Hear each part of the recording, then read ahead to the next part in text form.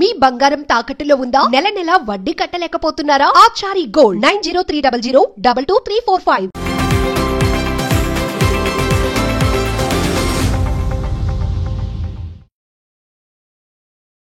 నమస్తే, welcome to magnet TV. నేను ఆదిత్య. హరిహర వీరమల్లు ఈ సినిమా ఇప్పటికే ఎన్నోసార్లు వాయిదా పడి ఎట్టకేలకు జూలై 24న చాలా గ్రాండ్గా రిలీజ్ అవ్వబోతుంది అనుకున్న తరుణంలో ఒక వర్గానికి సంబంధించిన వాళ్ళని కించపరిచేలా అందులో సీన్స్ ఉన్నాయంటూ ఆ సినిమాని ఖచ్చితంగా వాయిదా వేయాలంటూ కొన్ని అంశాలు ఇప్పుడు సోషల్ మీడియా వేదికగా వైరల్ అవుతున్నాయి. మరి దీని గురించి తెలుసుకునే ప్రయత్నం చేద్దాం. ప్రస్తుతానికి మనతో పాటు స్టూడియోలో ఉన్నారు ప్రముఖ సీనియర్ జర్నలిస్ట్ అప్పాజీ గారు మనతో ఉన్నారు. సార్తో మాట్లాడి మన విషయాలు తెలుసుకుందాం. సార్ నమస్కారం. సార్ నమస్తే Aditya. Sir, AP deputy CM Pawan Kalyan గారు డిప్యూటీ సీఎం అయిన తర్వాత ఫర్ ద ఫస్ట్ టైం వస్తున్నటువంటి మూవీ హరిహర వీరమల్లు. అవును, ఎన్నో డేట్స్ ఇప్పటికే, బట్ ఫైనల్గా 24th వస్తుంది అనుకున్న తరుణంలో మరో అడ్డంకి. అది నువ్వు అన్నావు ఎట్టకేలకు. పవన్ కళ్యాణ్ సినిమా ఎట్టకేలకు అనడం అనేది కొంచెం ఇదిగా అనిపిస్తుంది. బట్ నిజంగా నువ్వు అన్నట్టు ఇప్పటికి 12 సార్లు వాయిదా పడి ఫైనల్గా, కానీ మరొకసారి మళ్ళీ ఒక సామాజిక వర్గాన్ని ఏదో కించపరిచేలా ఉన్నాయని, మనోభావాలు దెబ్బతిన్నాయి అనేది ఒక సామాజిక వర్గం వాళ్ళు మళ్ళీ దీన్ని ఆపడం జరిగింది. సో ఎలా ఉండబోతుంది అసలు? కాదు అంటే మామూలుగానే ఆయన ఒక వర్గాన్ని కించపరిచేలాగా ఉంటే ఆయన ఒప్పుకోడు బేసిక్గా పవన్ కళ్యాణ్.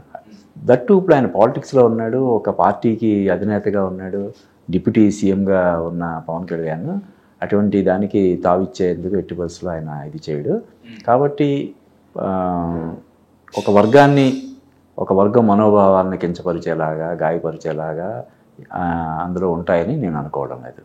అండ్ సినిమాకి ఇప్పటికే కావాల్సినంత బజ్ వచ్చింది. అవును, ఒకటి పవర్ స్టార్ పవన్ కళ్యాణ్ గారికి ఉన్నటువంటి ఫ్యాన్ బేస్, అది సపరేట్ అయిన ఫ్యాన్ బేస్. అండ్ ఆయన డిప్యూటీ సీఎం అయిన తర్వాత ఇటు రాజకీయంగా కూడా కొంచెం యాడ్ ఆన్ అయ్యింది. అవును. సో కథ పరంగా సినిమా హిట్ ఫ్లాప్ అనే విషయానికి వస్తే డైరెక్టర్ విషయంలో కానీ యాజ్ ఎ హీరో విషయంలో కానీ రెస్పాన్సిబిలిటీ ఎలా ఉంటుంది సార్ అసలు వాళ్ళకి?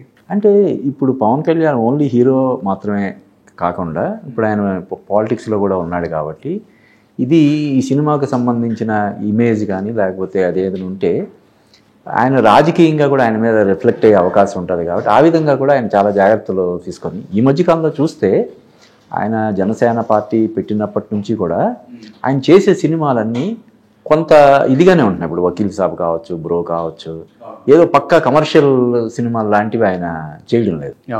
ఎంతో కొంత అంటే సమాజానికి మేలు చేయకపోయినా కీడు చేయకూడదు అనే ఒక కాన్షియస్నెస్ తోటి ఆయన సినిమాలు చేస్తున్నాడు. అందులో భాగంగానే వస్తున్న సినిమా కాబట్టి ఆయన ఇమేజ్ని ఎంతో కొంత పెంచేలాగా ఉంటుంది తప్ప, అంటే ఇప్పుడు మనకు తెలుసు ఇప్పుడు పవన్ కళ్యాణ్ డబ్బుల కోసం సినిమాలు చేయాల్సినటువంటి అవసరం లేదు కదా. ఆయన ఇమేజ్ ఇప్పుడు ఎక్కడికో వెళ్ళిపోయింది కదా. అంటే వేరే రాష్ట్రాల్లో కూడా పవన్ కళ్యాణ్ తీసుకెళ్ళి ప్రచారం చేయించుకునే స్థాయిలో ఇప్పుడు ఆయన ఉన్నాడు. ఇప్పుడు మొన్న మహారాష్ట్రలో జరిగిన ఎలక్షన్స్ కానీ ఇలాగా ఆ స్థాయికి వెళ్ళిన తర్వాత డబ్బుల కోసం సినిమాలు చేయాల్సిన, ఇప్పుడు ఈ సినిమాకి సంబంధించి ఆయన తీసుకున్న రెమ్యూనరేషన్ కూడా వెనక్కి ఇచ్చాడని మనం చూసాం. అదే డిలే అవుతుంది అని. ఎందుకంటే తన డిలే అవ్వడం వల్ల ఆ సినిమాకి పెట్టిన పెట్టుబడికి ఇంట్రెస్ట్లు పెరగడం, నిర్మాతకి తన వల్ల నష్టం వాటిల్లకూడదు అనేటువంటి ఒక ఉద్దేశంతో ఆయన రెమ్యూనరేషన్ కూడా వెనక్కి ఇచ్చాడని. కాబట్టి ఇదేంటంటే ఈ సినిమా కూడా ఇన్నిసార్లు వాయిదా పడడానికి గల రీజన్ ఏంటంటే సినిమా అవుట్పుట్ ప్రాపర్గా వచ్చిన తర్వాత రిలీజ్ చేయాలన్న ఉద్దేశంతో మెయిన్ ఇదే విజువల్ ఎఫెక్ట్స్ కారణంగా. ఇప్పుడు ఒక సినిమా విజయంలో విజువల్ ఎఫెక్ట్స్ అనేవి చాలా కీలక పాత్ర పోషిస్తున్నాయి ఇప్పుడు కదా. దానివల్ల అవన్నీ ప్రాపర్గా ఉంటేనే మనం రిలీజ్ చేయాలి, లేకపోతే వద్దని చెప్పి, అంటే ఈ విమర్శలు వస్తాయని తెలిసిన ఎంతో కొంత సినిమాకు ఉన్న క్రేజ్ తగ్గిపోద్దన్న దీన్ని దృష్టిలో పెట్టుకుని కూడా ఆ విషయం తెలిసి కూడా వాళ్ళు 1కి 10 సార్లు వాయిదా వేయడానికి గల కారణం ఏంటంటే ఫ్యాన్స్కి ఒక ఫీస్ట్ లాగా ఉండాలి. నువ్వు అన్నట్టు డిప్యూటీ సీఎం అయిన తర్వాత వస్తున్న సినిమా కాబట్టి. ఇంకొకటి ఏంటంటే పవన్ కళ్యాణ్ ఫ్యాన్స్ ఎంత ఏగరగా ఈ సినిమా కోసం వెయిట్ చేస్తున్నారో, పవన్ కళ్యాణ్ విమర్శకులు, ఆయన విమర్శించే వాళ్ళు లేదంటే వేరే వేరే కారణాల వల్ల ఆయన ద్వేషించే వాళ్ళు కూడా చాలా ఏగరగా, ఇంకా ఎక్కువ ఏగరగా వెయిట్ చేస్తున్నారు కదా.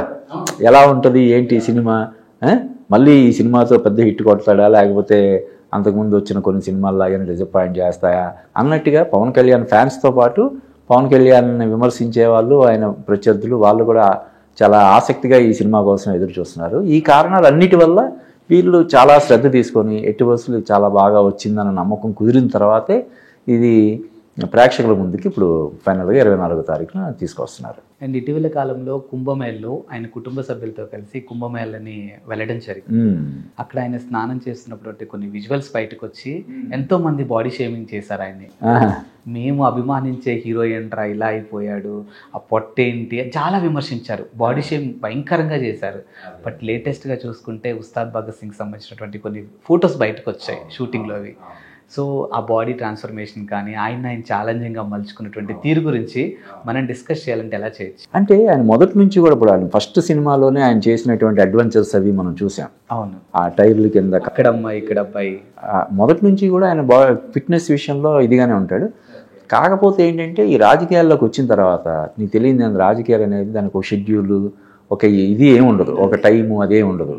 వస్తూనే ఉంటారు జనాలు, కలుస్తూనే ఉండాలి, మధ్య మధ్యలో టీలు తాగడం, ఇలాగా చాలా ఇది ఉంటుంది కదా, టైట్ షెడ్యూల్ ఉంటుంది, ఇండెఫినిట్ షెడ్యూల్ ఉంటుంది. ఆ టైంకి తినడానికి ఉండకపోవచ్చు, ఒక్కొక్కసారి టైం ఉండకపోవచ్చు, అన్నీ ఉన్నా కూడా టైం ఉండదు వాళ్ళకి తినడానికి కదా. ఇటువంటి పరిస్థితుల్లో ఆ బాడీని మెయింటైన్ చేయడం అన్నది కష్టం కదా. కొన్ని వందల కిలోమీటర్లో తిరిగి సభలు పెట్టడం కానీ, జనాలతో ఇంటరాక్ట్ అవ్వడం కానీ, వీటన్నిటి వల్ల కొంత బాడీ మీద ఈ ఎఫెక్ట్ ఉంటుంది. అది దాన్ని మరీ అంత నెగిటివ్గా తీసుకోవాల్సినటువంటి అవసరం లేదు. ఆయన మళ్ళీ సినిమా షూటింగ్ అవసరమైనప్పుడు తన బాడీని తను మలుచుకోగలిగే ఇది ఆయనకు ఉంది కాబట్టి నువ్వు చెప్పినటువంటి ఆ మార్పు అందులో కనిపిస్తుంది. అండ్ సార్, అంటే సినిమా అంటేనే నిజ జీవితాన్ని ఆధారంగా చేసుకొని సినిమా కథలు రాస్తూ ఉంటారు అని అంటారు. బట్ ఈ మధ్యకాలంలో ఏ సినిమా వచ్చినా కానీ ఏదో ఒక వ్యక్తుల మనోభావాలు కానీ ఏదో ఒక సామాజిక వర్గ మనోభావాలు దెబ్బతింటూనే ఉన్నాయి. ఎగ్జాంపుల్గా కన్నప్పకు సంబంధించి కూడా కొన్ని విజువల్స్ తొలగించేంత వరకు సినిమాని ఆపేస్తాము అని అన్నారు. మరి ఇలా చూసుకుంటూ వెళ్తుంటే దీనికి ఎండింగ్ అంటూ ఉండదా సార్? అంటే ఇప్పుడు ఈ సోషల్ మీడియా ప్రభావం ఎక్కువ అవ్వడం వల్ల ప్రతి చిన్నది ఎక్కువ హైలైట్ అయిపోతుంది.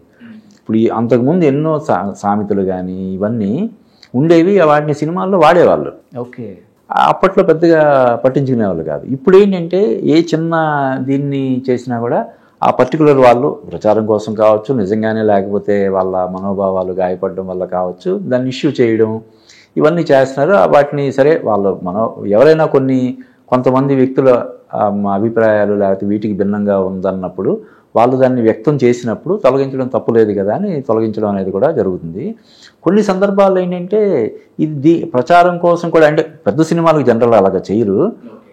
కొంతమంది చిన్న సినిమా వాళ్ళు ఎలాగా అనుకుంటారు, చిన్న సినిమాలని కాదు, ఏదైనా ఒక సినిమాలో ఏదైనా కాంట్రవర్సీ అయితే భలే ఉన్ను అనేలాగా కూడా కొంతమంది ఆలోచిస్తుంటారు.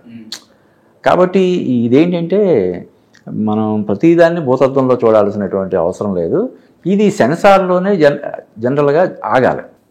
ఈ సెన్సార్ చేసేటప్పుడే నిజంగా కొన్ని వర్గాల మనోభావాలు కానీ లేకపోతే ఏదైనా ఇది కానీ ఉంటే అక్కడే దాన్ని తొలగించడం, ఇది చేయడం అన్నది చేయాలి. తర్వాత ఇంకా సెన్సార్ అయిన తర్వాత మళ్ళీ వేరే వాళ్ళు ఎవరైనా అభ్యంతరం పెట్టడానికి లేకుండా అక్కడే దానికి ఫుల్ స్టాప్ పెట్టేలాగా ఉండాలన్నది నా అభిప్రాయం. సార్, ఒకప్పుడు సినిమా రిలీజ్ అవుతుందంటే ఒక ఆడియో ఫంక్షన్ పెట్టడం, ఆ సినిమాలో ఉన్నటువంటి సాంగ్స్ని రిలీజ్ చేయడం, అక్కడితో అయిపోయేది. బట్ ఈ మధ్యకాలంలో ఏ ప్రొడ్యూసర్ అయినా ఏ డైరెక్టర్ అని చెప్పేది ఏంటంటే సినిమా తీయడం ఒక ఎత్తు అయితే దాని ప్రమోషన్ ఇంకో ఎత్తు అంటారు. అవును, ఈ ప్రమోషన్ అనేది ఎందుకు ఇంత హైప్ అయింది సార్ అసలు? అంటే అది ఇచ్చేప్పుడు ఒకప్పుడు వినోదానికి ఏకైక సాధనం సినిమా. అంతకుముందు ఎవరైనా అతిథి మన ఇంటికి వచ్చినప్పుడు కూడా అతిథి మర్యాదల్లో భాగంగా ఒక సినిమాకి వెళ్ళడం అనేది కూడా ఉండేది. ఊరు నుంచి ఎవరైనా వస్తే కనీసం వాళ్ళకి ఒకటో రెండో సినిమాలు చూపించకుండా పంపించకూడదనే ఒక ఆనవాయితీలాగా ఉండేది కదా. అలాగే ఏ పండగలు వచ్చినా సెలవులు వచ్చినా సినిమాకి వెళ్ళడం అనేది ఒక ఇది అయిపోయింది. కానీ ఇప్పుడున్న దీంట్లో రకరకాల మార్గాలు ఉన్నాయి. సరదాగా మనం ఇప్పుడు సిటీస్ విషయానికి వస్తే ఏదైనా ఒక షాపింగ్ మాల్కి వెళ్ళి 2-3 గంటలు అసలు రూపాయి ఖర్చు పెట్టకుండా ఏసీ దాంట్లో సెంట్రల్ ఏసీలో తిరిగేసి రావచ్చు. విండో షాపింగ్ అంటారు కదా, అలా ప్లస్ మొబైల్లోనే ఇప్పుడు బోల్డంత ఎంటర్టైన్మెంట్. మనం ఇందులోకి వెళ్తే ఇన్స్టాలోకో ఈ ఫేస్బుక్లోకి వెళ్తే మనకు తెలియకుండానే 2-3 గంటలు అలాగా హ్యాపీగా స్పెండ్ చేసేయచ్చు. ఇటువంటి పరిస్థితుల్లో ఇదిగో మా సినిమా ఒకటి ఉంది, ఈ సినిమా పలానా రోజు వస్తుంది, ఈ సినిమాలో మిమ్మల్ని అలరించే అంశాలు ఇవి ఉన్నాయి, మీరు తప్పకుండా థియేటర్కి రావాలని చెప్పడం కోసం ప్రతి సినిమాకి సంబంధించిన యూనిట్ చాలా అగ్రెసివ్గా ప్రమోట్ చేయాల్సినటువంటి అవసరం ఇప్పుడు ఉంది. నువ్వు అన్నట్టు సినిమాను తీయడం కంటే కూడా ఆ సినిమాని ప్రేక్షకులకు చేరువ చేయడం అనేది ఇప్పుడు పెద్ద సవాల్ అయిపోయింది.